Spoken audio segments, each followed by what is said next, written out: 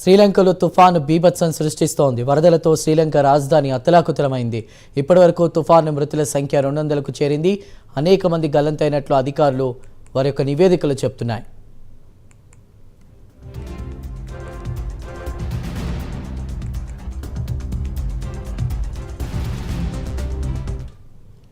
శ్రీలంకలో తుఫాన్ బీభత్సం సృష్టిస్తోంది. వరదలతో శ్రీలంక రాజధాని అతలాకుతలమైంది. ఇప్పటి వరకు తుఫాన్ మృతుల సంఖ్య 200కు చేరినట్టు తెలుస్తోంది. ఇదే అంశంపై పూర్తి వివరాలు నేషనల్ బ్యూరో చీఫ్ కళ అందిస్తారు. కళ, ఇప్పటికే భారత్ నుంచి సహాయ సహకారాలు అందించడానికి సిద్ధంగా ఉన్నామని కేంద్రం కూడా చెప్తున్నటువంటి పరిస్థితి. అయితే అక్కడ చాలామంది గల్లంతైనట్లు కూడా తెలుస్తోంది. ప్రస్తుతం అధికారులు ఒక నివేదికను కూడా రిలీజ్ చేసినట్టు చెప్తున్నారు. మీ దగ్గరున్న తాజా సమాచారం ఏంటి కళ? చందు, దాదాపు అంటే ప్రకృతి విలయం ఎలా ఉంటుంది అన్నది శ్రీలంక ప్రస్తుతం ఉన్నటువంటి పరిస్థితిని బట్టి ఏకంగా శ్రీలంక అధ్యక్షుడే అత్యవసర పరిస్థితిని ప్రకటించాడు కొద్దిసేపటి క్రితము. అంటే ప్రపంచ దేశాల సహాయం కోరడము అన్నది ఇక్కడ దీని సారాంశము. అయితే ముఖ్యంగా ఏదైతే దిత్వా తుఫాను ప్రభావంతో శ్రీలంక అల్లకల్లోలమైంది. ఇప్పటి వరకు కూడా 200 మందికి పైగా కూడా ఏదైతే ఇందులో మృతి చెందారు, తర్వాత చాలా మంది గల్లంతయ్యారు అన్నటువంటి నివేదికలు కూడా ఇక్కడ అధికారులు కూడా ప్రకటిస్తున్నారు. అయితే ఇప్పటి వరకు కూడా ఇలాంటి తుఫాను అంటే తాము కని విరగని అంటే ఇప్పటి వరకు కూడా ఇలాంటి తుఫాన్ ఎప్పుడు చూడలేదు అంటూ కూడా చాలా మంది చెప్తున్నటువంటి అంశము. అయితే ఇక్కడ ముఖ్యంగా భారత్ సహాయం చేస్తున్నటువంటిది నిన్న ఏదైతే మనకు చాలా కీలకంగా సాగర్ బంధు పేరుతో, ఆపరేషన్ సాగర్ బంధు పేరుతో వెంటనే శ్రీలంక అక్కడ ఉండేటటువంటి విపత్తుని దృష్టిలో పెట్టుకొని మానవతా దృక్పథంతో భారత్ వెంటనే అక్కడ ఐఎన్ఎస్ విక్రాంత్ తర్వాత ఐఎన్ఎస్ ఉదయగిరిలను మోహరించేసి ఎప్పటికప్పుడు కూడా సహాయక సామాగ్రి అనుకోవచ్చు, తర్వాత వైద్య సహాయము, అధునాతన పరికరాలకు సంబంధించినటువంటి ఎన్డీఆర్ఎఫ్ బృందాలను ప్రత్యేకంగా పంపించారు. అయితే అయినా కూడా ఇంకా అక్కడ విపత్తు ఎక్కువగా ఉండడంతో ఈ రోజు మరొకసారి కూడా IL-76 విమానం కొలంబోకు చేరుకుంది కొద్దిసేపటి క్రితము. దీనికి స్వయంగా కేంద్ర మంత్రి విదేశాంగ శాఖ మంత్రి జైశంకర్ ఎక్స్ లో పోస్ట్ చేయడం జరిగింది. దాదాపు 80 మంది ఎన్డీఆర్ఎఫ్ సిబ్బంది బృందాలతో అక్కడికి వెళ్ళినట్లు, దాదాపు 27 టన్నుల సహాయ సామాగ్రి కూడా అక్కడికి తీసుకెళ్లినట్లు కూడా ఇండియా అంటే భారత్ శ్రీలంకకు ఇచ్చేటటువంటి సహాయ సహకారాల్లో ఈ రోజు ఇమీడియట్ గా పంపించినటువంటి అంశాన్ని కూడా కేంద్ర విదేశాంగ మంత్రి ఎక్స్ లో పోస్ట్ చేయడంతో ఈ విషయం మరొకసారి కూడా వెల్లడయ్యింది. అయితే దీనికి సంబంధించినటువంటిది శ్రీలంక ఏదైతే వేల మంది కూడా ఇందులో గల్లంతయ్యారు. దాదాపు 78,000 మందిని ప్రభుత్వము ఏదైతే తాత్కాలికంగా ఉండేటటువంటి వాళ్లకు సురక్షంగా ఉండేటటువంటి వారికి ప్రాంతాలకు తరలించింది.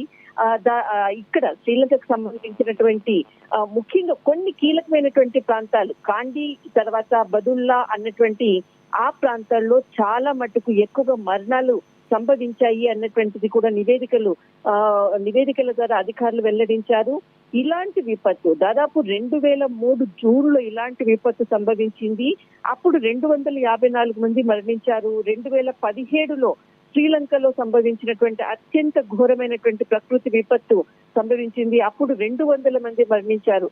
దాని తర్వాత మరి ఇప్పుడు జరిగినటువంటి ప్రకృతి బీభత్సం అని చెప్పవచ్చు. ఇప్పటి వరకు ఈ రోజు వరకు అందినటువంటి నివేదికల ప్రకారంగా 200 అంటే ఉదయం 200 అని అధికారికంగా ప్రకటించారు. కానీ ఇప్పుడు మనం మాట్లాడే సమయానికి మరింత సంఖ్య కూడా పెరిగినట్లు కూడా తాజాగా అందుతున్నటువంటి సమాచారము. కానీ ఇక్కడ కెలాని నది అన్నది ఒడ్డున ఉన్నటువంటి లోతట్టు ప్రాంతాలన్నిటిని కూడా నీట మునిగాయి. కెలాని నది నీటి మట్టం చాలా శరవేగంగా పెరుగుతూ ఉంది. దీనితో అక్కడ ఉండేటటువంటి కొలంబో తర్వాత ఉన్నటువంటి లోతట్టు ప్రాంతాలంతా కూడా మునిగిపోయాయి. అక్కడ ఉండేటటువంటి అందరూ కూడా చాలా ప్రజలు కూడా గల్లంతయ్యారు. ఆ ప్రాంతాల్లో ఉండేటటువంటి వాళ్ళను కొంత సేఫ్ జోన్ లోకి ఎప్పటికప్పుడు కూడా ఎన్డీఆర్ఎఫ్ బృందాలు తరలిస్తున్నారు. అయినా కూడా చాలా వేల మంది కూడా మిస్ అయినట్లు కూడా నివేదికలు కూడా అందుతుంది. దాదాపు ఇప్పటి వరకు 20,000 మంది కూడా మిస్ అయ్యారు అన్నటువంటి వార్తలు మాత్రం అందుతూ ఉన్నాయి.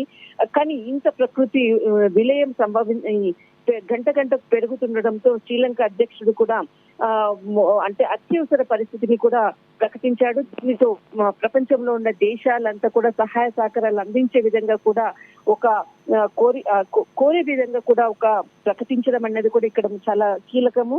ఇప్పటికే భారత్ నిన్నటి నుంచి కూడా ఆపరేషన్ సాగర్ బంద్ను ప్రారంభించింది. ఈ రోజు కూడా మరికొన్ని ప్రజలకు అవసరమయ్యే విధంగా కూడా సౌకర్యవంతమైనటువంటి ప్రత్యేక విమానం ద్వారా వారికి కావాల్సినటువంటి ఆహార వస్తువులను కోవచ్చు. తర్వాత ఎన్డీఆర్ఎఫ్ బృందాలను కూడా ప్రత్యేకంగా 80 మంది ఉండేటటువంటి ఎన్డీఆర్ఎఫ్ బృందాలను కూడా ప్రత్యేకంగా పంపించడం జరిగింది.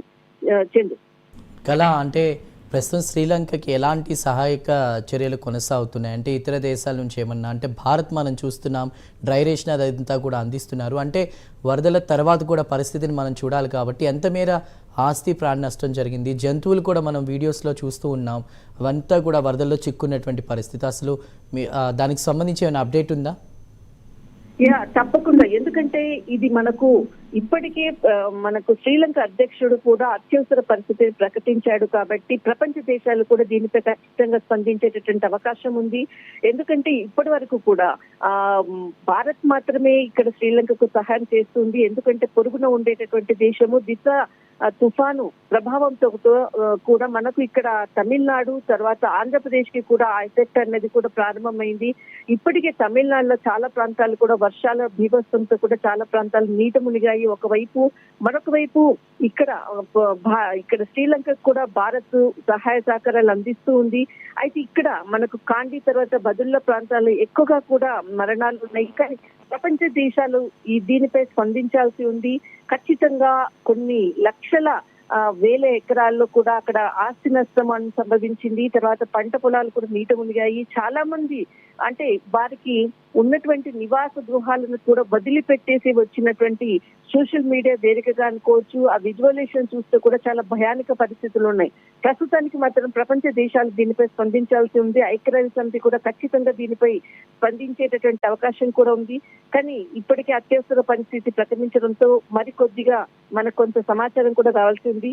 ప్రస్తుతానికి మాత్రం భారత్ చేసేటటువంటి సహాయ సహకారాలు ఎప్పటికప్పుడు కూడా మేము ఉన్నామంటూ కూడా కేంద్ర విదేశాంగ మంత్రి జైశంకర్ కూడా ప్రకటించారు. తర్వాత భారత్ ఎప్పుడు కూడా ఇక్కడ నుంచి కూడా అందించడానికి కూడా సిద్ధంగా ఉంది. చందు.